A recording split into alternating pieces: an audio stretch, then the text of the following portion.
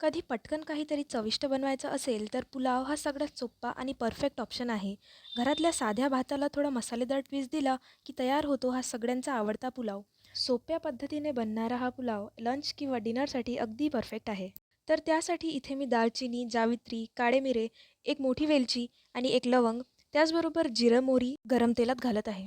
जिरं मोहरी थोडी तडतडू द्यायची. एका बाजूला मी पुलावमध्ये घालण्यासाठी गरम पाणी करत आहे. याने भात लवकर शिजायला मदत होईल.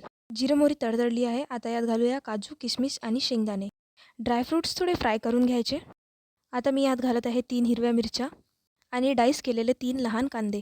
कांदे थोडा वेळ परतून घ्यायचे.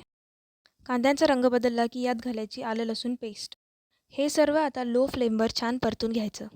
आता मी यात घालत आहे 1 वाटी वाटाणे, त्याचबरोबर 1 डाईस केलेला बटाटा आणि 1 गाजर.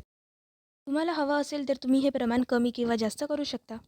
सर्व भाज्या छान सॉटे झाल्या की यात घालायचा एक चिरलेला टोमॅटो. ही माझ्या ताईची रेसिपी आहे म्हणून व्हिडिओ शेवटपर्यंत नक्की पहा आणि कशी झाली ते मला कमेंटमध्ये नक्की सांगा.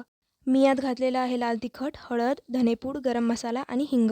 हिंग घातल्यामुळे वाटाणे पचायला जड जाणार नाहीत. मसाले थोडे परतले की यात घालायचे स्वच्छ धुतलेले तांदूळ. इथे मी 1.5 वाटी बासमती तांदूळ घेतलेले आहेत. तुम्ही कोणतेही तांदूळ घेऊ शकता. तांदूळ मी आधी 20 मिनिट भिजत घातलेले होते. 1.5 वाटी तांदळासाठी मी यात 2 वाटी गरम पाणी घातलेलं आहे, म्हणजे तांदूळाचं दुप्पट गरम पाणी यात घालायचं आहे. यात घालायचं चवीप्रमाणे मीठ आणि थोडीशी साखर. सर्व छान एकत्र करून कुकरचं झाकण लावून मोठ्या पावरवर 1 शिट्टी घ्यायची आणि 5 मिनिटासाठी भात स्टीमवर ठेवून गॅस बंद करून द्यायचा. बघू शकता आपला पुलाव किती छान मोकळा झालेला आहे. तर तयार आहे आपला इझी आणि टेस्टी व्हेज पुलाव. व्हिडिओ आवडला असेल तर तुमचं छानसं छोटंसं बोट उचलून लाईक, शेअर आणि सबस्क्राईब करायला विसरू नका.